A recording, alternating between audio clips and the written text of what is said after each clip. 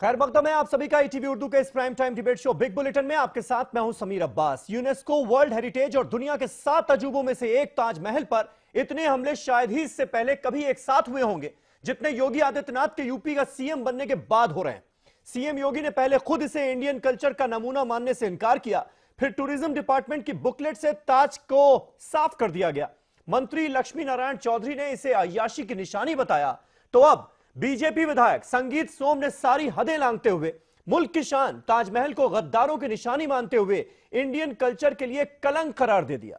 उनका कहना है कि ताजमहल बनाने वाले मुगल शासक ने उत्तर प्रदेश और हिंदुस्तान के हिंदुओं के साथ जुल्म सतम किया, इसलिए ऐसे शासकों और उनकी इमारतों का नाम अगर इतिहास में होगा तो वो बदल जाएगा, मतलब इतिहास को बदल दिया जाएगा। हालांकि सूबे की टूरिज्म मंत्री रीता बहुगुणा जोशी अब इसे सोम का निजी बयान करार दे रही हैं, लेकिन इसका चौतरफा विरोध शुरू हो गया है। एआईएमआईएम चीफ ओवैसी का कहना है कि फिर तो पीएम को गद्दारों की निशानी लाल किले से झंडा भी नहीं फहराना चाहिए। बड़ा सवाल यह है कि ताजमहल ब्लॉट है या यह बीजेपी का पॉलिटिकल प्लॉट है। इसी पर करेंगे बात अपने तमाम खास मेहमानों से, लेकिन पहले यह रिपोर्ट।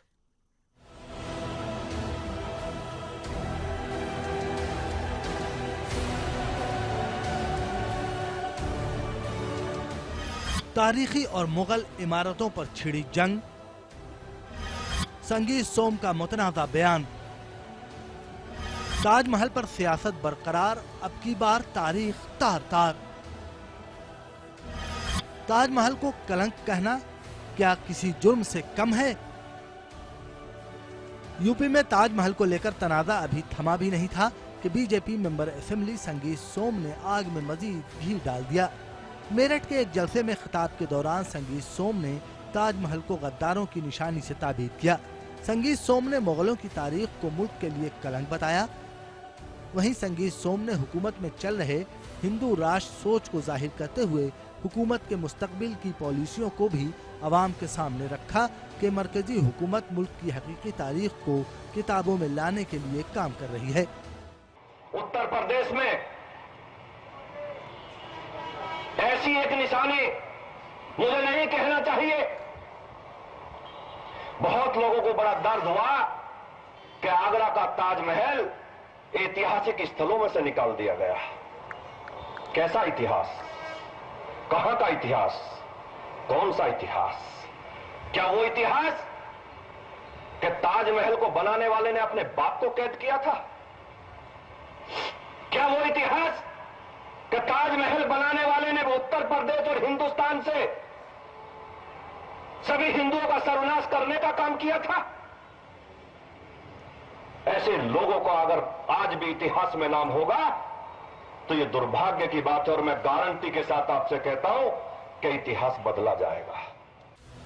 वहीं ताजमहल पर तनकीद के जवाब में कांग्रेसी लीडर मणिशंकर अय्यर ने बीजेपी मेंबर असेंबली संगीत सोम के बयान की मजम्मत की है। वहीं खालिद रशीद फरंगी महली का कहना है कि ताजमहल को किसी मजहब से जोड़कर नहीं देखना चाहिए, क्योंकि मुगल बादशाह कुछ लेकर नहीं गए। इतिहास को वो ख़त्म करना चाहते हैं, जो कि हम गंगा यमुना तहजीब कहते हैं, उसको वो ख़त्म करना चाहते हैं। और क्योंकि उनका झगड़ा ख़ास तौर पर मुसलमानों से है और मुसलमानों का जो योगदान रहा है भारत की संस्कृति में और भारत के इतिहास में, उसको वो छिपाना चाहते हैं, उसको वो नकारना चाहते हैं, इसलिए वो कर रहे हैं। ये कहना कि ताजमहल को इतिहास में जगह नहीं मिलना चाहिए, यही अपने आप में बहुत बड़ा मजाक है, और कहीं ना कहीं ऐसे बेबुनियाद बयानात दे करके लोग हमारे मुल्क का बाहर की कंट्रीज में मजाक उड़ाते हैं। क्योंकि ताजमहल को किसी मजहब से जोड़ के ना देखा जाए, और मुगलों ने मुगल बादशाह इसमें मुल्क से लेकर कुछ नहीं गए, बल्कि चाहे ताजमहल हो, चाहे कुतुब मीनार हो, चाहे लाल किला हो, चाहे जामा मस्जिद हो, सब बनवा करके इस मुल्क को दे कर दिया है, और इससे आज भी हम लोग फ़ायदा उठा रहे हैं। लिहाजा ये तमाम इमारतें, ये तमाम तारीखी इमारतें हमारे मुल्क की विरासत है। संगीत सोम के बयान पर नेशनल कॉन्फ्रेंस के कारगुजार सदर उमर अब्दुल्ला ने तंदिया तौर पर ट्वीट करते हुए कहा कि अब 15 अगस्त को वज़ीर-ए-आज़म नरेंद्र मोदी का खिताब लाल किले से नहीं होगा। वज़ीर-ए-आज़म नरेंद्र मोदी नेहरू स्टेडियम से खिताब करेंगे। संगीत सोम के बयान पर ट्विटर पर तंदिया बयानात की होड़ लगी हुई है। कौशिक सेन गुप्ता नाम के हैंडल से ट्वीट किया गया कि ताजमहल दुनिया के 7 अजूबों में से एक है। जल्द ही बीजेपी को 8वें अजूबे के तौर पर जोड़ा जाएगा। संगीत सोम के बयान पर असदुद्दीन ओवैसी ने सवाल उठाते हुए कहा कि गद्दारों ने लाल किला और हैदराबाद हाउस भी तामीर कराया था। क्या वज़ीर आज़म लाल किले पर तिरंगा लहराना बंद कर देंगे? It is very sad that a minister who has taken oath on the Indian Constitution, when he speaks, his arrogance, his ignorance of history comes out of his mouth. If what he says is true, that the Taj Mahal is a symbol of traitors, built by traitors, then why is Mr. Modi going to Red Fort and hoisting a national flag on a place which was built by traitors?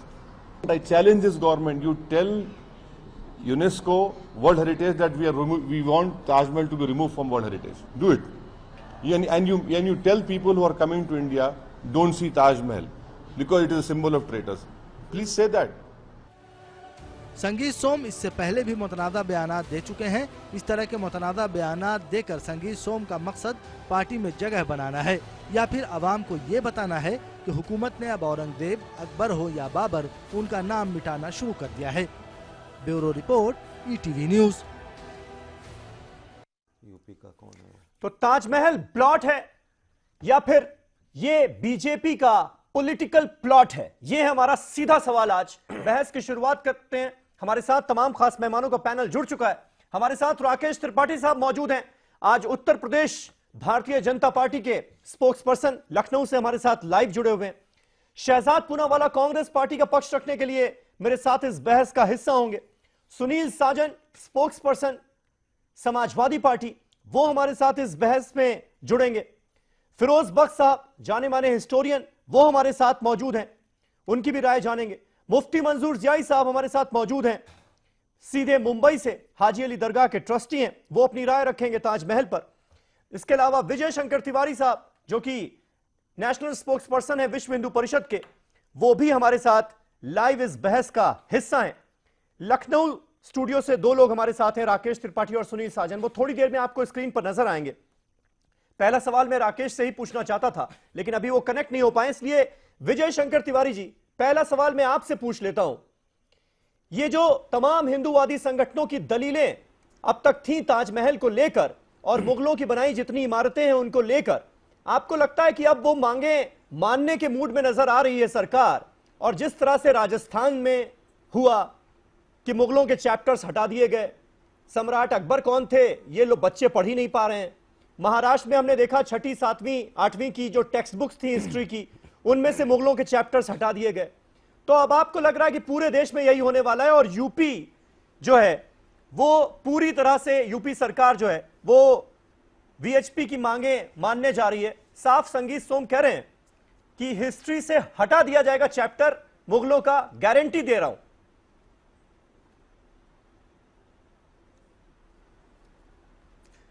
देखो समीर, एक बात तो पक्की है कि भारत के इतिहास के साथ बड़ा खिलवाड़ हुआ है, भारत के महापुरुषों के साथ बहुत खिलवाड़ हुआ है, भारत के स्थापत्य के साथ खिलवाड़ हुआ है, भारत की संस्कृति के साथ खिलवाड़ हुआ है। और खिलवाड़ इस कदर तक हुआ है कि शिवाजी जैसे योद्धा को, जिन्होंने अपना सारा जीवन भारत की स्वतंत्रता के लिए लगाया, उनको पहाड़ी चूहा तक के कहा गया। महाराणा प्रताप के साथ बड़ी नाइंसाफी हुई। विजय शंकर जी, जो आज कहा जा रहा है उस पर बात कर लें हम। अगर ऐसा नहीं होता, विजय शंकर जी आप करिए, बताइए। आज ताजमहल को कलंक कहा जा रहा है, आज ताजमहल को कलंक कहा जा रहा है, कहा जा रहा है गद्दारों की निशानी है। मैं वही कह रहा हूं। मैं इत्तेफाक रखते हैं ना आप इससे? समीर साहब, देश में जो लुटेरे आए बाहर से, मैं बता रहा हूं, भारत में जो देश में जो बाहर से लुटेरे आए, भारत को लूटा, भारत को खूब खसूटा, भारत में धर्मांतरण का अंधा नंगा नाच चला, भारत में कत्ले आम चला, उनकी संततियां आगे काम करती रहीं, राज्य करती रहीं। ये जो ताजमहल है, आपको एक बार मैं डिबेट में और बैठा था, मैंने कहा था इसके नीचे उन कारीगरों के हाथ, कटे हुए हाथ हैं कि जिन्होंने इतना बड़ा इमारत बनाई, उनके हाथ काट दिए गए। आप परंपरा तो जानते हैं ना, अभी म्यांमार में रोहिंग्या को लेकर के वहां की जो प्रधानमंत्री है उस प्रधानमंत्री को भी संयुक्त राष्ट्र ने नकार दिया।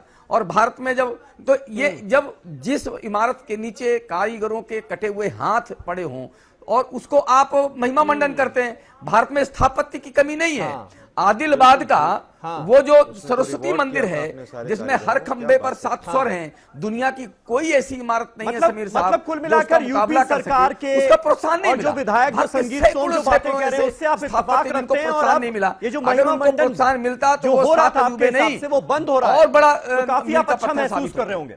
विश्व हिंदू परिषद काफी अच्छा महसूस कर रही होगी। ठीक है, राकेश त्रिपाठी हमारे साथ जुड़ गए। क्या यूपी बीजेपी के स्पोक्स पर्सन राकेश त्रिपाठी साहब, मुझे यह बता दीजिए कि संगीत सोम ने गारंटी दे दी कि इतिहास को बदल कर रख दिया जाएगा, गद्दारों की निशानी को मिटा दिया जाएगा। यह काम आप लोग कब तक कर रहे हैं? कोई डेडलाइन दी गई?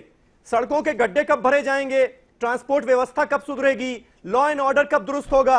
इसकी तो कोई डेडलाइन नहीं मिली, लेकिन गारंटी इस बात की दी जा रही है कि ताजमहल को हम बाहर कर देंगे, गद्दारों की निशानी है, हिस्ट्री से इसका नामो निशान मिटा देंगे। तो यह कब तक कर लेंगे? कोई डेडलाइन है?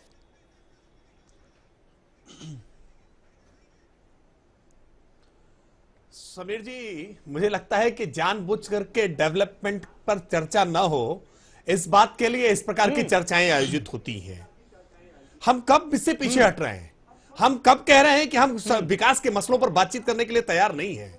हम हमेशा विकास के मसलों पर ही चर्चा करना चाहते हैं, लेकिन जानबूझ करके इस प्रकार के एक सनसनीखेज बयान के आधार पर चर्चा क्रिएट करना, मुझे लगता है ये इतना महत्व का विषय नहीं था कि जिस पर चर्चा आयोजित की जाती। आप चर्चा आयोजित करिए, सड़क के गड्ढों पर हम चर्चा करने के लिए तैयार हैं कि कैसे उत्तर प्रदेश में 1,21,000 किलोमीटर के गड्ढे थे, जिसमें 80,000 किलोमीटर के गड्ढे हमने भर दिए और बाकी बचे हुए सड़कों के गड्ढों के लिए हमने राशि मुक्त कर दी है। हमने देखा है वो गड्ढे कैसे भरे गए, हमने देखा है। लेकिन मैं यही तो बात आपसे कह रहा हूं कि लॉ एंड ऑर्डर कब तक दुरुस्त हो जाएगा, कोई गारंटी नहीं।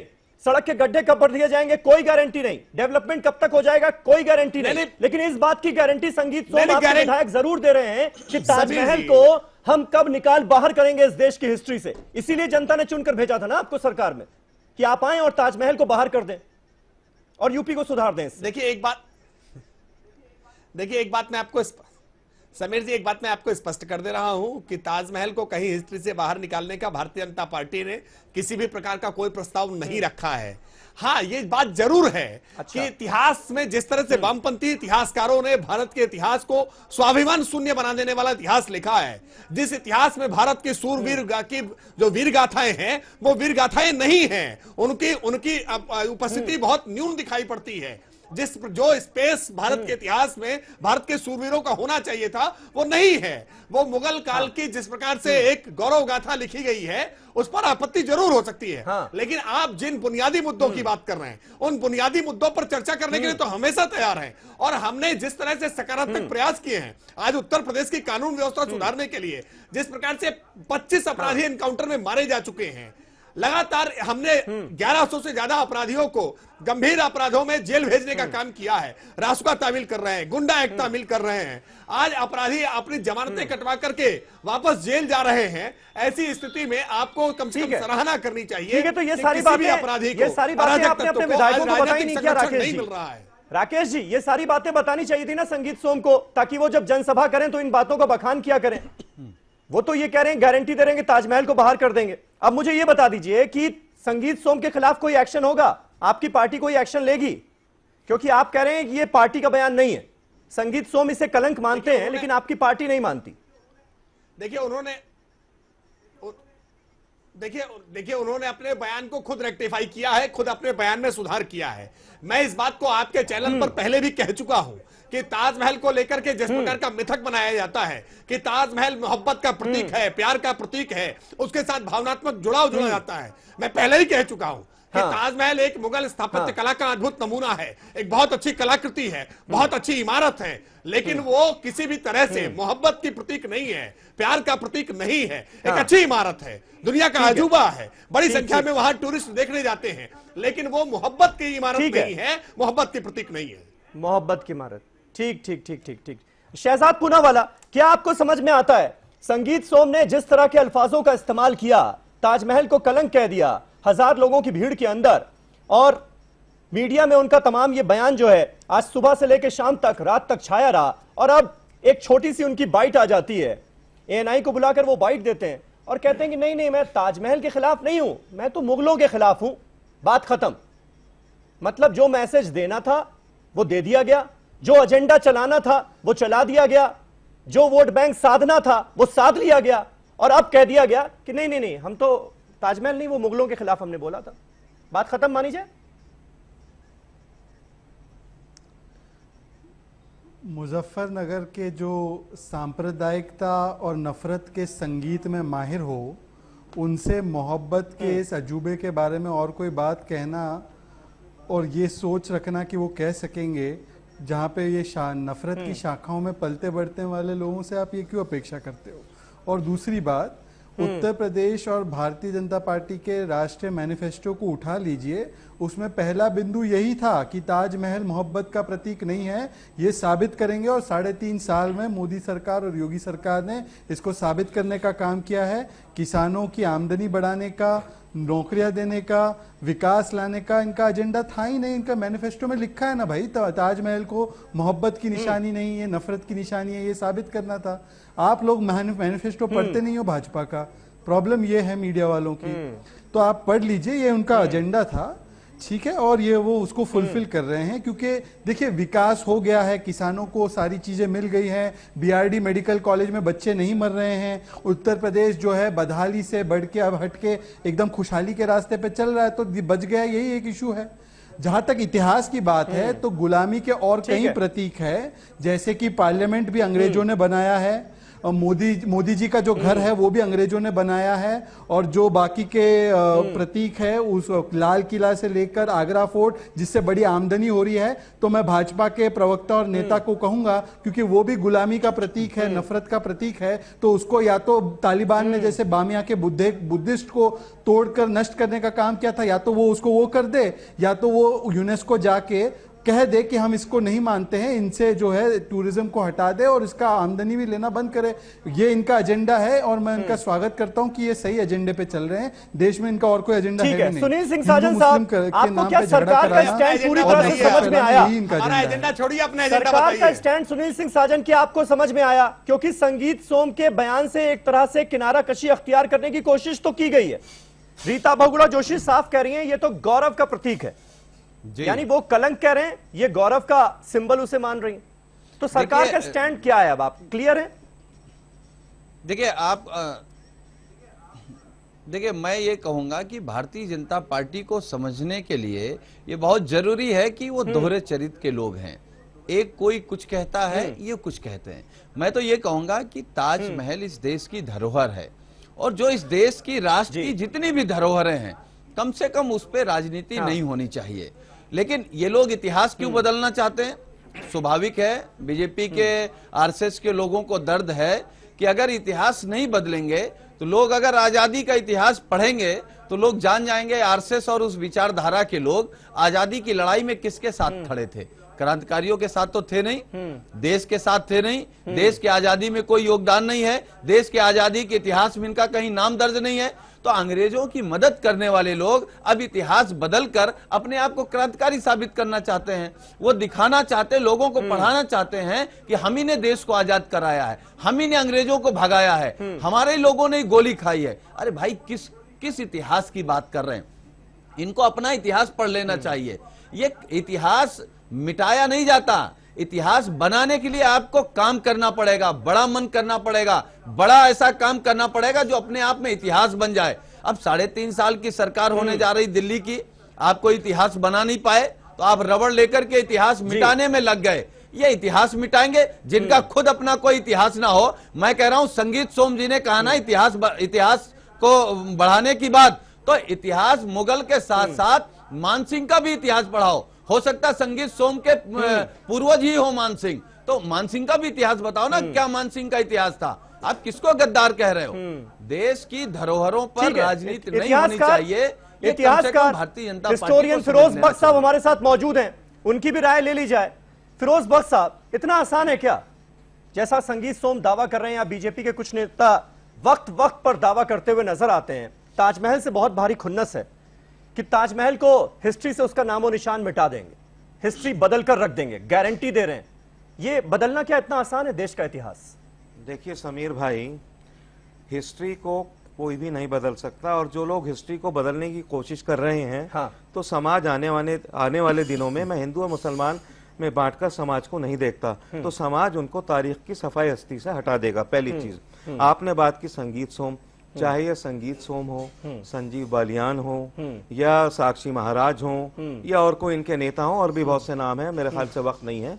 तो जिस तरह की बातें कर रहे हैं, मोदी जी ने जो एजेंडा लिया था सबको साथ लेकर चलने का, मेरा ख्याल है उनको इनकी बातों से बड़ी जक पहुंचती होगी, बड़ी तकलीफ पहुंचती होगी, और जो उनका एजेंडा है सबको साथ लेकर चलने का, उसको ये नाकामयाब कर रहे हैं। और जो मोदी ने बात की थी सबको साथ लेकर चलने की, ये सबको तोड़ने की बात कर रहे हैं। तो जोड़ने की बात तो आ नहीं रही है। हाँ। अब रही बात ताजमहल को नुकसान पहुंचाने की या ताजमहल को अपने एजेंडे से निकाल देने की, तो मैं समझता हूं ताजमहल के साथ साथ कम से कम 30 से 35% इमारतें ऐसी हैं हिंदुस्तान में कि जो या तो मुगल बादशाहों की, शहंशाहों की, सुल्तानों की बनाई हुई हैं, या अंग्रेजों की बनाई हुई हैं, और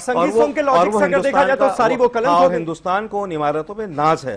तो अब लेकिन मैं ये भी नहीं चाहता कि इसको पॉलिटिसाइज किया जाए। मुझे 1 मिनट का वक्त दें समीर भाई। जैसे हमारे भाई कह रहे थे क्या नाम, ओवैसी साहब, कि वो लाल किले से झंडा नहीं फहराएं, या ये नहीं करें, या हैदराबाद हाउस, मेरे ख्याल से इसको पॉलिटिसाइज करने की जरूरत नहीं है। कल को अगर इन्होंने ये बांध लिया, अपने गांठ में बांध लिया कि लाल किले से झंडा नहीं फहराएंगे, वो इंडिया गेट से फहरा देंगे, और ये जो आपका हैदराबाद हाउस है, ये इसको ना लेकर के कहीं और से काम चला लेंगे। मेरे ख्याल से इसको पॉलिटिसाइज करने की जरूरत नहीं है। जो हिस्ट्री है वो अपनी जगह रहती है। ताजमहल साल से 350-400 साल से बाकी है, ये बाकी रहेगा। और जो लोग ये समझते हैं इसको मिटा देंगे, इस ताजमहल को आप बाबरी मस्जिद ना समझिए, ठीक है? बाबरी मस्जिद तो बेचारी बोसीदा मस्जिद थी, उसके साथ जो हुआ सो हुआ। और शायद आप विजय शंकर तिवारी जी कहेंगे वो तो मस्जिद नहीं, वो तो एक ढांचा था। खैर वो उनका कहना है, लेकिन मैं इस एक बात को मैं कह के खत्म करूंगा। ताजमहल जैसा था आगे भी वैसा रहेगा। जो लोग उसको तबाह करेंगे, मेरा ख्याल है वो अपनी पार्टी को नुकसान पहुंचाएंगे। और जो उनका खुद का नुकसान, कम्युनल एजेंडा है, मुफ्ती मंजूर ज़ियाई को हमारे लोग इसको हराएंगे, करेंगे। दुनिया भर में जिस इमारत को मोहब्बत की निशानी के तौर पर जाना जाता है, माना जाता है, क्या आपको लगता है कि उसी इमारत के नाम पर इस वक्त नफरत की सियासत हो रही है? दिक्कत यहां है क्या?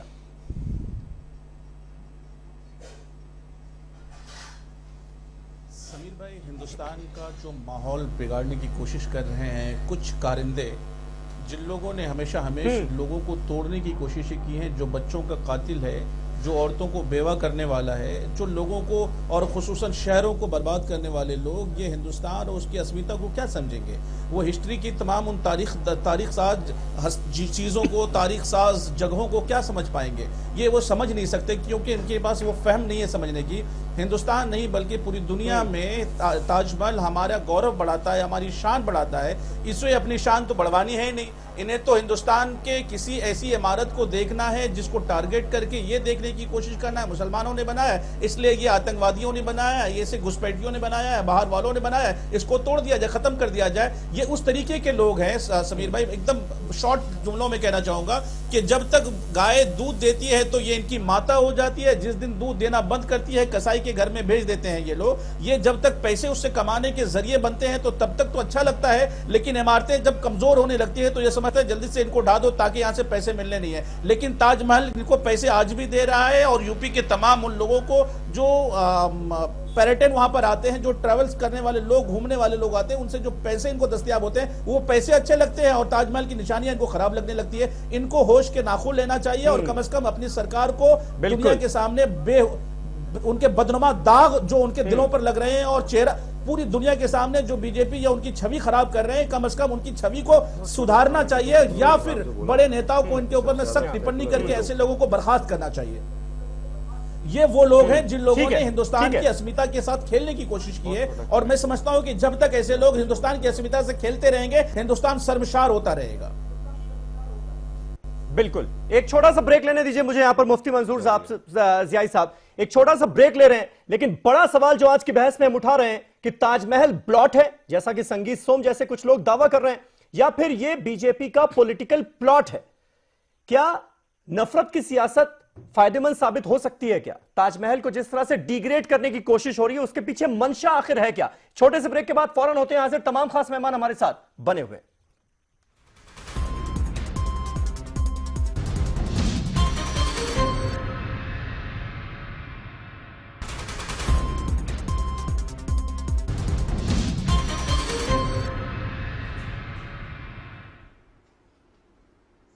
का पॉलिटिकल प्लॉट, ये हमारा आज का सवाल। तमाम खास मेहमान हमारे साथ बने हुए हैं। राकेश त्रिपाठी साहब, आई एम श्योर कि आपने भी देखा होगा 2015-16 की जो रिपोर्ट आई है उसमें ताजमहल का अकेले का जो रेवेन्यू रहा, जो फायदा हुआ ताजमहल से, रखरखाव पर खर्च को अगर आप निकाल दें तो भी 2022 लाख रुपए का नेट प्रॉफिट ताजमहल से आपको हुआ, क्योंकि दुनिया भर से यहां पर टूरिस्ट घूमने के लिए आते हैं और उसकी वजह यही है कि मोहब्बत की निशानी के तौर पर हमने इसे बताया है दुनिया को कि ताजमहल मोहब्बत की निशानी है और दूर दूर से लोग देखने जाते हैं। तो अब जब आप ये कह रहे हैं, आपके मंत्री ने कहा कि ये अय्याशी की निशानी है, मोहब्बत नहीं अय्याशी की निशानी है, आप खुद यहां पर बैठे हैं साफ कहने के लिए कह रहे हैं कि नहीं मोहब्बत नहीं नफरत की निशानी है, तो अब क्या ये ऑफिशियल हम स्टैंड मान लें कि सरकार जो है वो मोहब्बत की निशानी नहीं नफरत की निशानी के तौर पर इसे प्रमोट करेगी? और ये जो स्ट्रैटेजी है इससे टूरिज्म बढ़ेगा या घटेगा?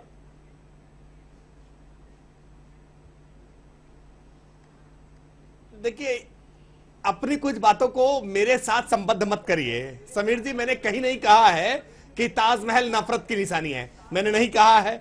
पार्टी के उत्तर प्रदेश के अधिकृत प्रवक्ता के नाते मोहब्बत की निशानी है ना फिर राकेश जी। को लगातार चलिए मैं मान लेता हूं कि राकेश त्रिपाठी, मैं मान लेता हूं कि मैं गलत था, मैं मान लेता हूं कि मैं गलत था। राकेश त्रिपाठी, आप अपनी बात से बदलने के लिए तैयार हैं क्या? मान रहे हैं मोहब्बत की निशानी है? भूल जाते हैं हम ब्रेक से पहले आपने क्या कहा। नहीं मोहब्बत की निशानी नहीं है। नहीं मोहब्बत की निशानी नहीं है। देखिए, एक अच्छी इमारत है, उन्होंने एक अच्छा मकबरा बनाया था, एक अच्छी इमारत बनाई थी, ये बात बिल्कुल सही है और मुगल स्थापत्य कला का अद्भुत नमूना है। इतिहासकार बैठे हैं, उन्होंने तमाम राजनीतिक बातें की, तमाम राजनीतिक नेताओं के चरित्र का गान कर दिया, लेकिन अब्दुल हमीद लाहौरी और आमिर सालेह की बादशाहनामा को वो झुटलाने लगेंगे। अभी अफसर अहमद की ताजमहल या ममी महल जो पुस्तक ये मुस्लिम लेखकों द्वारा, मुस्लिम इतिहासकारों द्वारा लिखी गई है, उसको झुटलाने लगेंगे, जिसमें साफ साफ जिक्र है कि शाहजहां ने किस प्रकार से इतिहासकार कहते बस काफी है राकेश, कराया है। मुस्लिम इतिहासकारों ने लिखी या हिंदू इतिहासकारों ने लिखी, ये बात मैंने नहीं रखी। इतिहासकारों ने जो इतिहास लिख दिया वो लिख दिया, उसको बदला नहीं जा सकता राकेश, उसको बदला नहीं जा सकता। इतिहास इतिहास ही रहेगा, उसमें छेड़छाड़ की जा सकती है। अब अगर आप बदलकर कुछ एक नया इतिहास पढ़ाएंगे तो वो कहलाया जाएगा कि आपने इतिहास के साथ छेड़छाड़ कर दी। जैसे इतिहासकार, हाँ नहीं मैं इसीलिए कह रहा हूं ना, फिरोज बख्त जैसे इतिहासकार अलग अलग चश्मों से इतिहास को देखते हैं जब, और इतिहास को हिंदू और मुसलमान अलग अलग आकार में देखते हैं, तो ये समस्या उत्पन्न होती है। अलग-अलग आप क्यों गुणगान करने में लगे हैं? जो बातें सत्य नहीं है, वो मोहब्बत का प्रतीक नहीं है, तो इसको स्वीकार करिए। आप देख रहे हैं अलग अलग चश्मों से और आप नफरत के चश्मे से देख रहे हैं। राकेश जी, जब आप पूरे इतिहास को ही ठुकराने के मूड में हैं, तो फिर फिरोज बख्त साहब की बातों को ठुकराने में कितना वक्त लगेगा आपको? बेहतर होता है। ठीक है, सुन लीजिए राकेश जी, फिरोज बख्त साहब का आपने जिक्र किया, फिरोज बख्त साहब रिएक्ट करना चाहते हैं। फिरोज बख्त साहब, हम आपस की तूतू मैं छोड़कर क्या आप ये बता सकते हैं? राकेश त्रिपाठी सुनिए, बात तो सुनिए, आपने अपनी बात कह ली, सबने सुना। अब फिरोज बख्त साहब की बात थोड़ा सब्र तहम्मुल रखें, थोड़ा धैर्य रखें जी। बस एक सेकंड का एक कमेंट है, एक सेकंड का एक कमेंट है। राकेश साहब, आप नॉन स्टॉप बोले जा रहे हैं, राकेश बुलवा रहे हैं अपना। ठीक, राकेश जी एक मिनट सुनिए फिरोज। राकेश भाई वो तो रुकने को तैयार नहीं। बोलिए आप बोलिए। हाँ देखिए राकेश साहब, मेरी एक बात सुनिए। आप जो लफ्ज बारहा दोहरा रहे हैं वो लफ्ज है नफरत। देखिए मैं कहूं, आपकी एक बहुत बड़ी पार्टी है बीजेपी, बहुत बड़ी पार्टी है, मैं इसको मानता हूं, उसकी इज्जत करता हूं, लेकिन जिस तरह का आप बयान दे रहे हैं, बार बार लफ्ज नफरत का इस्तेमाल कर रहे हैं, इसका मतलब यह है कि आप नफरत की राजनीति को फैला रहे हैं। आप अपनी पार्टी के रास्ते में मोदी जी की जो जोड़ने वाली राजनीति है उसके रास्ते में आप कांटे फैला रहे हैं। देखिए, आप हैं या साक्षी महाराज हैं या गिरिराज सिंह हैं या आपके दो संजीव बालियान हैं, ये बड़ा नुकसान पहुंचा रहे हैं बीजेपी को। आप इस बात को समझिए कि हिंदुस्तान की जो राजनीति है वो कम्युनलिस्ट राजनीति को कभी भी नहीं एक्सेप्ट करती। कहीं ऐसा ना हो 2019 में, सुनिए मैं बड़ी इंपॉर्टेंट बात कहने जा रहा हूँ राकेश भाई और तिवारी जी, एक बात सुन लीजिए, बड़ी मोहब्बत से पूरा अवाम आपको लेके आया है, मोहब्बत के लिए लेके आया है, नफरत के लिए नहीं लेके आया। लफ्ज नफरत को भुला दीजिए। देखिए, अगर आपने नफरत की राजनीति करी तो आपको लोग दोबारा वापस नहीं लाएंगे। नफरत की सियासत है। मैंने आज सवाल भी यही रखा है अपनी डिबेट का कि ये प्लॉट है या बीजेपी का पॉलिटिकल प्लॉट है।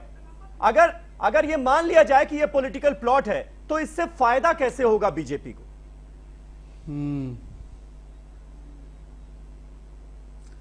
ऐसा है कि जब देश भर अमित शाह और जय शाह की बात कर रहा है, ये लोग शाहजहां की बात कर रहे हैं, तो देश के ध्यान को भटकाने के लिए कर रहे हैं। जो इनकी विफलताएं रही हैं, जो इनके अधूरे वादे रहे हैं, इससे ध्यान कैसे भटका है? तो कभी वो सुप्रीम कोर्ट के क्रैकर बैन को सांप्रदायिक बताते हैं, कभी वो ताजमहल पे सवाल उठाते हैं और हर मुद्दे को हिंदू मुस्लिम के आंकड़े में वो लेकर आते हैं। पर मेरा एक सवाल है राकेश त्रिपाठी जी से, अगर ये नफरत का प्रतीक है तो वाजपेयी साहब ने इंडो पाकिस्तान की आगरा समिट तो वहां पे खास ताजमहल के सामने कराई, तो वाजपेयी साहब भी गलत थे और कल तक तो ये इसको ताजमहल को तेजो महल है मंदिर कहते थे, तो आज ये भी साबित हो गया कि मुगलों ने बनाया।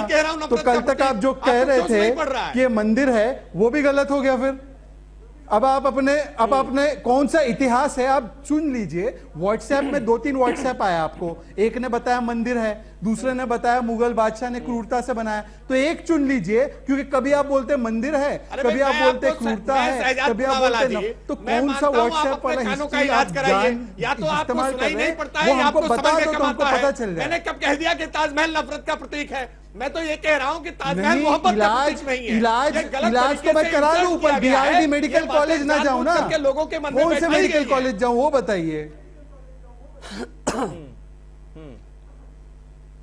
आप लोग जो है ताजमहल को हटा के आगरा में मेंटल हॉस्पिटल बना दीजिए और वहां पे सब लोग भर्ती हो जाएंगे, वो आपके लिए सही रहेगा। पर्सनल अटैक ना करें प्लीज, वो आप लोगों के लिए सही रहेगा। टू अटैक पर्सनली, जातियात को सामने ना लाइए।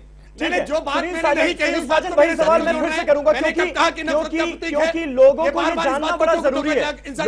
जो देश की जनता है वो एक तो बड़ी हैरान और परेशान है कि भाई ये ताजमहल पर क्यों अटैक हो रहे हैं बार बार। ताजमहल ने ऐसा क्या बिगाड़ दिया किसी का कि अचानक से वो सबका दुश्मन बन गया? बार-बार जो हमारी राजनीतिक जमात है ये ताजमहल को लेकर बयानबाजी क्यों कर रही है? तो सुनील साजन, लोगों को यह समझना और समझाना बड़ा जरूरी हो गया है कि ताजमहल कैसे सियासत का विषय बन गया, सियासत का सब्जेक्ट बन गया, और अगर इसको टारगेट किया जा रहा है तो इससे फायदा किसका है? देखिए, हमको आपको एक बात बिल्कुल साफ समझ लेनी चाहिए। जब भारतीय जनता पार्टी ने जितने भी वादे किए, जो भी उन्होंने 2014 में कहा, नरेंद्र मोदी जी ने कहा, भारतीय जनता पार्टी के दूसरे नेताओं ने कहा, तो मुझे लगता है कि कर तो कुछ पाए नहीं। अब उनके पास रास्ता क्या है कि इस देश को किस मुद्दे पे उलझा दें। तो उलझाने के लिए उनको एक अच्छा मुद्दा मिल गया। ताजमहल को पूरा देश जानता है, पूरी दुनिया जानती है। उसी ताजमहल को उन्होंने विवादित करने की कोशिश की है।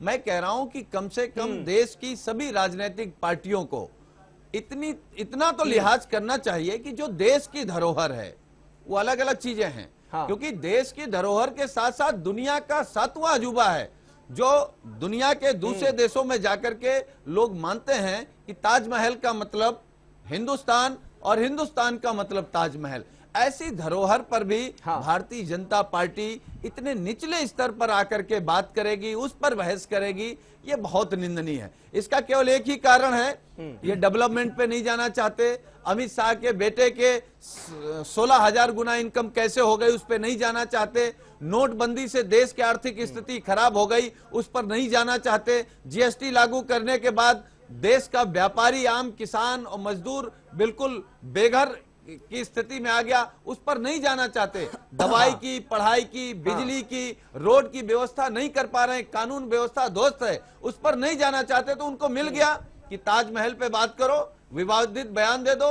और संगीत सोम जैसा आदमी, कौन है संगीत सोम भाई? मुझे लगता है कक्षा 8 पास, कक्षा 12 पास। इस व्यक्ति को कहां से इतिहास की जानकारी हो गई और किस तरीके की बात करने लगे? ये देश को तोड़ने वाली बात है। समीर जी, क्या किस पर डिबेट है? ताजमहल पर है कि विकास पर है? अगर विकास पर है तो मैं छोड़ देता हूँ। अगर ताजमहल पर डिबेट है कि हम नफरत की बात करेंगे, अगर विकास पर है तो आप बात करिए, हमारा तो कोई लेना नहीं है। अगर ताजमहल पर बैठता हूँ क्या है इसको लेकर, क्योंकि इससे पहले सरकार के मंत्री लक्ष्मी नारायण चौधरी का बयान भी हमारे सामने है।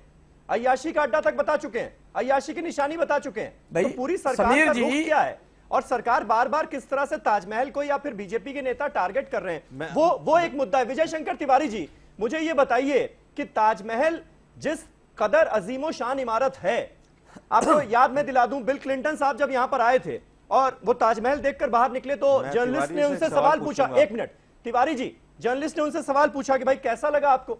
तो उन्होंने कहा कि देखिए, मुझे लगता है कि इस दुनिया में, इस पूरे वर्ल्ड में दो ही तरह के लोग हैं, एक जिन्होंने ताजमहल देखा, दूसरे जिन्होंने ताजमहल नहीं देखा। बहुत अच्छे। आवाज सही तो करा लीजिए। ये उस इमारत की खूबी है, इतनी अजीमो शान इमारत। आपको लगता है कि इस तरह की बयानों से आप समीर एक साहब, मामूली सा धब्बा भी समीर जी, उस सफेद इमारत पर लगा पाएंगे? समीर जी जवाब दीजिएगा। आपको लगता है इस तरह के बयानों से एक मामूली सा धब्बा भी आप लगा पाएंगे? हाँ समीर जी, दुर्भाग्य इस बात का है, मैं एक सवाल पूछूं। समीर जी दुर्भाग्य इस बात का है कि इस बहस को भटका दिया गया। ये जो सारी इमारतें हैं, ये गिराने की किसी ने बात नहीं कही है। सबसे बड़ी बात यह है कि जो बाकी इमारतें हैं देश में, ये इस देश का इतिहास केवल 500 साल, 600 साल, 700 साल पुराना नहीं है। इस देश का इतिहास हजारों साल पुराना है। नहीं की विजय जी, हजारों साल की धरोहरें जो ताजमहल से लाखों गुना अच्छी हैं, लाखों गुना सुंदर हैं, लाखों गुना अलौकिक हैं। जब उन अलौकिक इमारतों को आपने प्रमोट नहीं किया और उन लाखों इमारतों के साथ नाइंसाफी इस देश में हुई है। इस देश के इतिहासकारों ने नाइंसाफी की है। मैं कहता हूं इस देश का इतिहास केवल 1000 साल पुराना नहीं है, इस देश का हजारों साल पुराना इतिहास, इतिहासकारों ने उसके साथ नाइंसाफी की है।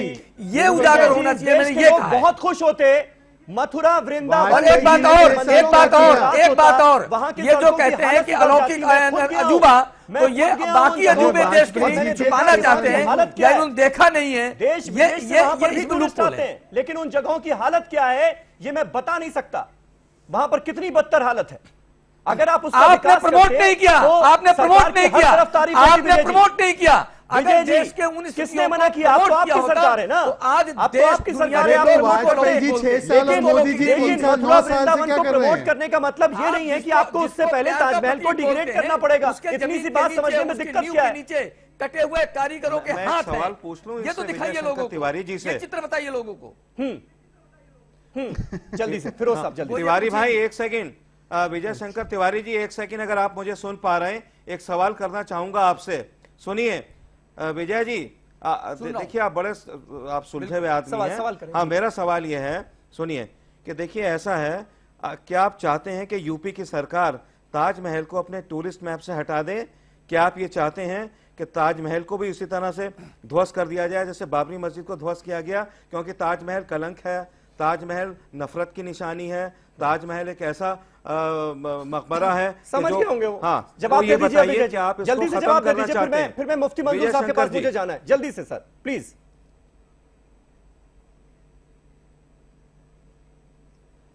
देखो ये जो बात कही इन्होंने कि ध्वस्त कर दिया जाए, गिरा दिया जाए, ये किसी ने नहीं कहा, मैंने भी नहीं कहा, किसी ने नहीं कहा। ये आप लोगों के मन का क्रिएशन है जो आप निकाल रहे हैं। दूसरी बात यह है कि ये पर्यटन स्थल है, इससे किसी ने इनकार नहीं किया, हमने भी इनकार नहीं किया।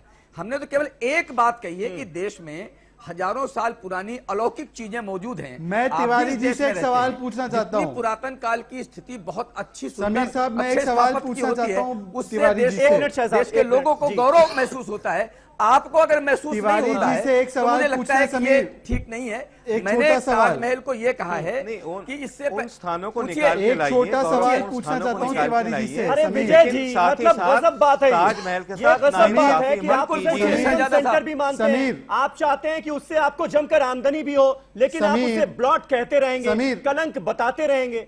दोनों चीजें मुमकिन समीर। नहीं है ना, पहले क्लियर हो जाइए। समीर, जी। एक छोटा सवाल है मेरा। जी शहजाद बोले। हमने एक ये छोटा कहा सवाल है हमने मेरा। ये कहा है कि देश के एक छोटा अजूबे, सवाल है, देश के एक अलौकिक छोटा सवाल, स्थान, एक छोटा उनका सवाल। प्रमोशन होना तिवारी चाहिए। जी, ये सुन पहले भी लीजिए। कहता था, मैं आज भी कह रहा हूं। सुन लीजिए, एक छोटा सवाल है। हाँ ठीक, अरे सुन लीजिए, बोले। सुन लीजिए। 6 साल वाजपेयी की सरकार थी, 6 साल वाजपेयी की सरकार और 3.5 साल मोदी की सरकार। 9.5 साल में आपने अयोध्या को 100 गुना ज्यादा बेहतर ताजमहल से क्यों नहीं बनाया? 9.5 साल में नहीं बनाया तो आगे क्या बना लेंगे? आप ताजमहल को जो कहना है कह दीजिए। आपने 9.5 साल में क्या किया वो बताइए जरा। चलो हाँ हाँ हाँ हाँ हाँ ठीक है। और जनता पार्टी के तो समय को गिन भी नहीं रहा हूं मैं। बताता हूँ मैं बताता हूँ। अब बताओ 9.5 साल में क्या राकेश जी किया? इसको उत्तर देंगे, लेकिन मेरे से पूछा तो मैं बताता हूँ। समीर जी, अभी योगी जी ने नहीं नहीं, आप दो ना। स्वच्छ पड़ा हुआ यहाँ है। पर अयोध्या का इस तटों का हम विकास अयोध्या करेंगे, जिसके नाम पर एक सबसे ऊंची ज्यादा मूर्ति राजनीति लगाएंगे, हुई, हालत देख तब लीजिए यही वहां की लोग इन जाके। लोगों के पेट में दर्द होता है। विजय जी, यानी राकेश कोई जी, अगर हालत वहाँ के देख लीजिए जाकर सुंदरता के वहाँ लिए पर। बात करता है स्वच्छ तो भी भारत इनके का जो पेट में दर्द फॉर्मूला है होता है। अयोध्या में लागू नहीं हुआ है। सिर्फ अभी भी सोने बड़ा की स्वच्छ ईंटें है चोरी वो। की। ठीक है, मुफ्ती मंजूर जियाई साहब, मुफ्ती मंजूर जियाई साहब, मैं आपसे जानना गंगा चाहूंगा, साफ क्या नहीं ये कर बात पाया। जरूरी है कि अगर हम मथुरा को 7,500 विकसित करोड़ करना चाह रहे खा हैं, वृंदावन को विकसित करना चाह रहे हैं, अयोध्या को विकसित करना चाह रहे हैं, तो उसके लिए क्या ये जरूरी है कि ताजमहल को डिग्रेड किया जाए?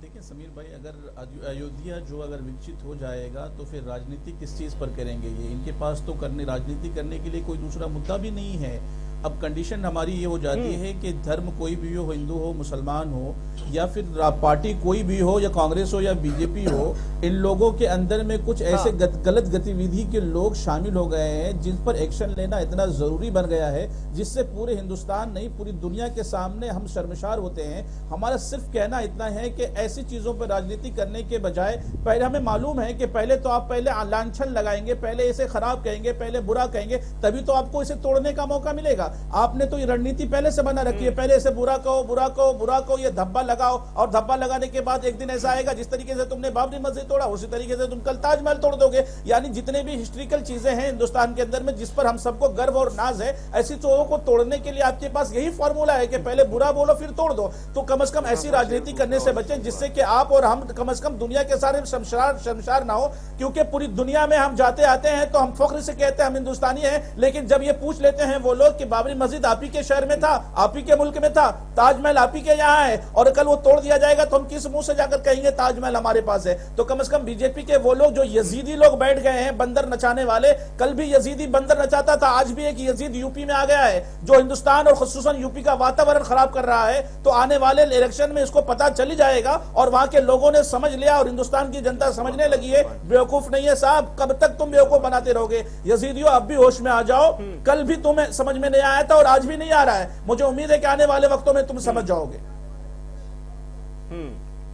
राकेश त्रिपाठी साहब, मुझे लगता है कि अगर आप संगीत सोम के बयान को खारिज कर रहे हैं तो फिर जनता आपसे पलटकर यह सवाल करेगी ना कि भाई आपने क्या कार्रवाई की, क्योंकि आपकी सरकार के 2 मंत्री सिद्धार्थनाथ सिंह और रीता बहुगुणा जोशी दोनों ने कहा कि यह हिंदुस्तान की शान है, न सिर्फ यूपी बल्कि पूरे हिंदुस्तान की शान है, और आप ही के विधायक संगीत सोम उसे कलंक बता रहे हैं, गद्दारों की निशानी बता रहे हैं, और बहुत हद तक कुछ हद तक उनकी राय से आप सहमत भी नजर आ रहे हैं। तो फिर अब यह बताना होगा आपको कि सरकार के मंत्रियों की माने जनता या फिर आपके नेताओं की माने जो लगातार उसे डिग्रेड करने की कोशिश कर रहे हैं। समीर जी, पहली बात मैं स्पष्ट कर दूं, इतनी इस डिबेट में बार बार इस बात को दोहराया जा रहा है कि हम ताजमहल को नेस्तनाबूद करने जा रहे हैं, हम डिग्रेड करने जा रहे हैं, हम ध्वस्त करने जा रहे हैं, टूरिस्ट सूची से बाहर निकालने जा रहे हैं, ये सब बातें व्यर्थ की है, बकवास है, तथ्यों से परे हैं। पहली बात। दूसरी बात, अभी बार बार लगातार कांग्रेस के नेता हमारे साथ शहजाद पूनावाला जी बैठे हैं, कह रहे हैं कि ये विकास के मसलों पर चर्चा नहीं करना चाहते। अरे भाई, हम नहीं तय करते हैं कि समीर अब्बास जी की चर्चा का विषय क्या होगा। समीर अब्बास जी तय करते हैं कि चर्चा का विषय क्या रखेंगे। आप करिए विकास पर चर्चा, हम तैयार हैं। किसानों की आय दोगुनी करने पर हमने जो प्रयास किए, हम चर्चा करने को तैयार हैं। आप कराइए चर्चा, हम चर्चा के लिए तैयार हैं, विकास पर ही चर्चा करना चाहते हैं। चुप कराओ। जहां तक बात ताजमहल की रही, हमने ताजमहल के संदर्भ में एक जो भ्रम फैलाया गया था, एक झूठ फैलाया गया था, उसको हमने साफ करने का काम केवल किया है। बाकी ताजमहल को किसी तरह का नुकसान पहुंचाया है, बल्कि वहां 170 करोड़ की नई परियोजनाएं लाने का काम किया है, पहुंचा दिया राकेश त्रिपाठी साहब आपने, और आगरा के समुद्र विकास के लिए होंगी। इस बात का आपको दरअसल इल्म ही नहीं है कि आपने ये कहकर कि वो कलंक है, अय्याशी की निशानी है, ये कहकर आपने कितना नुकसान पहुंचा दिया, इस बात का मुझे लगता है आपको इल्म ही नहीं है, और अब आप इतिहास बदलने चले। इसको देखिए, ताजमहल को किसने कह दिया कलंक कीजिए, हिंदू मुस्लिम ये किसने कह दिया कलंक है?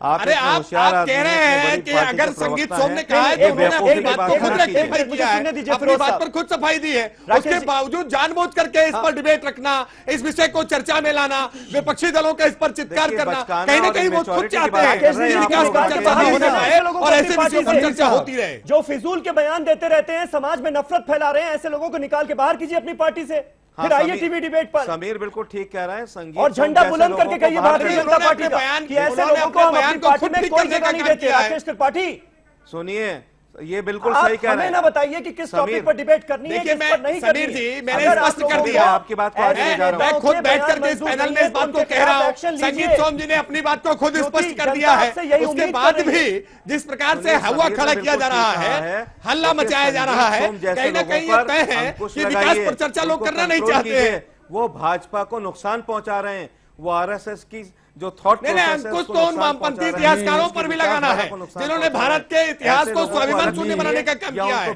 जिन्होंने मुगल बादशाहों का चारणगान करने का काम किया है, जिन्होंने तमाम अंग्रेजों की चारण गाथाएं गाने का काम किया है, उन पर भी अंकुश लगाने की जरूरत है। मुगल बादशाहों के बारे में क्या पता है आपको? मुगल बादशाहों से ज्यादा सेकुलर सरकार कोई नहीं थी। अगर मुगल बादशाह चाहते तो सारे हिंदुओं को खत्म कर सकते थे, सारे मंदिर। अरे आप गाते रहिए उनकी गौरव गाथा, आप भाट कवियों की तरह उनकी गौरव गाथा गाते रहिए, लेकिन देश जानता है कि किस प्रकार से तलवार के दम पर उन्होंने हिंदू संस्कृति का नाश करने का सफल प्रयास किया है। और क्या करोगे? विजय शंकर जी, अफसोस की बात है करके विजय शंकर जी, आप इतने होशियार आदमी हैं, एक मिनट बात कर रहे हैं, एक मिनट समझी की बात। समीर, फिरोज जी को लगातार बोलने से रोकिए जरा। आप पढ़िए, तारीख पढ़िए। समीर, फिरोज साहब, विजय शंकर जी, करीब 300-350 साल शासन रहा मुगलों का, और फिरोज वक्त साहब कह रहे हैं कि मुगलों से ज्यादा सेकुलर कोई रहा ही नहीं। अगर आप पूरा इतिहास ठीक तरीके से पढ़ें तो, और अगर जो आप लॉजिक दे रहे हैं या राकेश त्रिपाठी जो लॉजिक दे रहे हैं उस हिसाब से, तो यहां पर मुसलमानों का ही शासन होना चाहिए था। फिर मतलब मुगलों की भी क्या तस्वीर आप पेश कर रहे हैं? कोई मुगल शासक बुरा था, कोई अच्छा था, वो बात समझ में आती है, और इतिहास जो बच्चे पढ़ रहे हैं उनको ये जानने का हक है। लेकिन आप सारे मुगलों को ही हटा दें और कहें हम आपको इतिहास में रखेंगे नहीं, पढ़ाएंगे ही नहीं, तो ये कहां का लॉजिक है? यही संकट है समीर जी। नहीं, बिल्कुल नहीं। हम ये नहीं कह रहे कि मुगलों का इतिहास न पढ़ाया जाए, लेकिन भारत के सूरवीरों का जो इतिहास स्वाभिमान बढ़ाने वाला इतिहास है, उसको जानबूझ करके दबाया गया है, और तमाम अकबर और तमाम बादशाहों को महान बनाने का जो काम किया गया है, एक योजना के तहत किया गया है। महाराणा प्रताप का क्या इतिहास था, रानी लक्ष्मीबाई का क्या इतिहास था, वो भी हमने पढ़ा है, उनकी वीर गाथाएं भी हमने सुनी है। ऐसे महापुरुषों आपको क्यों लग रहा है कि इतिहास में सब कुछ जो लिखा हुआ है औरंगजेब गलत पढ़ाया जा रहा है? नहीं, कहाँ है बताइए, आप बताइए। महाराणा प्रताप की गली कहाँ है, कौन सी सड़क है, कौन सी शिवाजी के नाम पर सड़क है? यानी सारी औरंगजेब, शहंशाह, इन्हीं के नाम पर सड़कें हैं। यही महिमा मंडित किया गया है। इसी इतिहास को बदलने की जरूरत है। देश के सही इतिहास को, देश की पीढ़ी को समझाने की जरूरत है। वो इस देश के सही इतिहास कौन लिखेगा? सही इतिहास कौन लिखेगा? शहजाद, ये इतिहास कैसे बदला जाता है? और जैसे लोग गारंटी दे रहे हैं कि बदलेंगे, इतिहासकार होंगे, अब ये कैसे बदला जाएगा? अभी तक जो इतिहासकार थे, मतलब कांग्रेस अपने हिसाब से इतिहास पढ़ा रही थी, बीजेपी अपने हिसाब से पढ़ाएगी फिर तो। चाहे रशिया में हो या भारत में हो, कांग्रेस या उन्होंने अपनी बीजेपी का भूमि नहीं का है। नुकसान किया है। ऐसे वामपंथी इतिहासकारों आप लोग सुनने का भी कष्ट करेंगे तो बीच में ना बोलेंगे तो मैं बोल सकता हूँ। 4 आदमी बोल रहे हैं, मैं कैसे बीच में बोलूंगा? नहीं तो राणा प्रताप को महाराणा प्रताप की उपाधि किसने दी? अगर हम इतिहास गलत लिख रहे थे तो महाराणा प्रताप क्या वीएचपी के हेडक्वार्टर में महाराणा प्रताप बने? शिवाजी महाराज के जो सारे उनके शौर्य के कार्य है वो कैसे बाहर आए इतिहास में? महान तो अकबर को बताया ना, की शाखाओं में पढ़ रहे थे क्या लोग? क्या अरे बात है ये? आपके समय और की दूसरी सरकार बात, में है मेरी बात NCERT पूरी की होने पुस्तकों दीजिए में ना। सियाजी को 10 पहाड़ी सेकंड चुका तो लिखा दीजिए गया मुझे। था। 10 सेकंड दीजिए मुझे समय में प्लीज। NCERT की बिना पुस्तकों हस्तक्षेप करे में 10 भारत सेकंड के दीजिए। स्वाभिमान को शून्य 10 करने वाला सेकंड इतिहास दीजिए। लिखा गया था। आप शर्म चुप करनी रहकर चाहिए 10 सजा सेकंड चुनने दीजिए वाला। मुझे। भारत की धरती पर रहते हैं, भारत का प्लीज नागरिक मेरे है, सबकी बात भारत सुनता के हूं, विरोध मुझे में कोई बात सुनने स्वीकार को करते तैयार हैं। नहीं है। शहजाद कोई पहली बार थोड़ी आए इनको चुप कराने का काम करे। का मुंह तो नहीं पकड़ा जा सकता ना। महाराष्ट्र में को सच में कोई तैयार नहीं है। महाराष्ट्र एक राज्य से लगातार आपको जनता ने अस्वीकार किया है। उनको तमीज तो सिखाई जा सकती है ना। आपको तमीज तो सिखानी चाहिए। ठीक है, आप अपनी बात 60 साल से कंप्लीट करें आप। लगातार महाराष्ट्र में हम लोग चुनाव जीत है और ये जिस तरह हाँ से मेरी बात शिवाजी कंप्लीट की होने दीजिए। आप विरासत है, फिरोज जी उसी बोल तरह रहे शाहजहां की विरासत है। हैं। 1 मिनट रुकिए 1 मिनट जी। अरे 1 मिनट रुकिए ना आप बाबा, आप रुकिए बाबा प्लीज। आप अकेले ज्ञानी नहीं है। महाराष्ट्र में सबसे ज्यादा कांग्रेस को जीत हुई है 60 सालों में। आप मुझे बताइए, अगर शिवाजी महाराज की तौहीन कर रहे होते तो महाराष्ट्र के लोग इतने बेवकूफ है बार बार हमें वोट दे रहे हैं? मुगल इतने क्रूर थे तो ये मुल्क 80% मुसलमान कैसे नहीं है? ये लॉजिक के सवाल है और ये लॉजिक के सवाल शाखा के लोगों को समझ में नहीं आएंगे। ठीक है ना? अगर सुनील साजन ये मुगल बताइए इतने कि अब जो क्रूर भी थे स्ट्रेटेजी तो है 80% नागरिकों को मुसलमान थे। फायदा होगा या भ्रष्टाचार नुकसान का होगा? जिन्होंने ठीक है शहजाद, आपने कह दिया अपनी इंडियन बात। का पैसा जो है सुनील साजन, एक संस्था से फायदा होगा या दूसरी संस्था नुकसान तक होगा? पहुंचाया, एक उन्हीं मिनट को और समझ कोई में ना बोले, आएंगे। जिससे सवाल पूछा जाए वही बोले। जी, टिप्पणी करनी बहुत जरूरी है। जी मैं आऊंगा आपके पास। हिस्ट्री को पॉलिटिसाइज ना कीजिए। ना ये कांग्रेस की हिस्ट्री है ना ये बीजेपी की हिस्ट्री बहुत है। अच्छी बात है। ये हिस्ट्री वो है जो कि हिस्टोरियंस ने लिखी है। इससे बचिए। यहाँ पे सुनील कोई साजन, ज्ञानी तो कौन ध्यानी कर नहीं रहा है। है? यहाँ सारे लोग अपनी अपनी बात कहने बैठे सुनील हैं। साजन, इस स्ट्रैटेजी का फायदा होगा या ये बैकफायर करेगी? हाँ तो आप दूसरों की भी बात का सम्मान करें। देखिए मैं ये कह सकता हूं कि अगर देश की धरोहरों के साथ अगर राजनीति होगी तो मुझे नहीं लगता कि देश की जनता इनको माफ करने जा रही है। इनको लग सकता है कि हम ताजमहल पे बात करके, दूसरे मुद्दे पे बात करके हम 2019 जीत सकते हैं, गुजरात जीत सकते हैं, हिमाचल जीत सकते हैं। लेकिन मैं ये कह सकता हूं कि मैंने अभी देखा है कि पूरे देश के जो विश्वविद्यालयों के रिजल्ट आए हैं, दिल्ली हो, इलाहाबाद विश्वविद्यालय हो, पढ़े लिखे लोगों ने नरेंद्र मोदी जी के न्यू इंडिया को नकार दिया है। अरे आज आगरा का भी आ गया है। आगरा का परिणाम भी देख लीजिए, उसको भी जोड़ लीजिए। जहां ताजमहल पर चर्चा हो रही है वहां आज समाजवादी पार्टी ठीक है, चलिए तो यानी आपका लॉजिक ये है कि आपको इसका फायदा होगा। समालोचना यानी करिए। पंजाब का देखिए चुनाव का नतीजा क्या है? कि आपको इसका नुकसान हो सकता है। पंजाब बीजेपी की सीट 1,40,000 की आपको एक उम्मीद के साथ नहीं बैठाला था कि आप ताजमहल को हिस्ट्री से बाहर कर दें या इतिहास का बदल दें। हम तैयार हैं। आप लॉ एंड ऑर्डर सुधारें, इस उम्मीद के साथ आपको सत्ता में बिठाया था। अब फैसला तो आप ही को करना है कि सरकार कैसे चलानी है। बहुत बहुत शुक्रिया। फिरोज बख्श साहब के शेर से मैं इसको एंड करना चाहूंगा। फिरोज बख्श साहब आप शेर बोल दें, उसी से एंड हम कर लेंगे। शेर है सब लोगों के लिए, कांग्रेसियों के लिए, भाजपाइयों के लिए। वक्त खत्म हो रहा है। मंदिर भी ले लो, मस्जिद भी ले लो, ताज भी ले लो, अयोध्या भी ले लो, इंसान के जज्बात और लहू से मगर अब न खेलो। चलिए बहुत बहुत शुक्रिया आप सभी का। कल एक नए टॉपिक पर नई डिबेट के साथ हाजिर होऊंगा। खुदा हाफिज।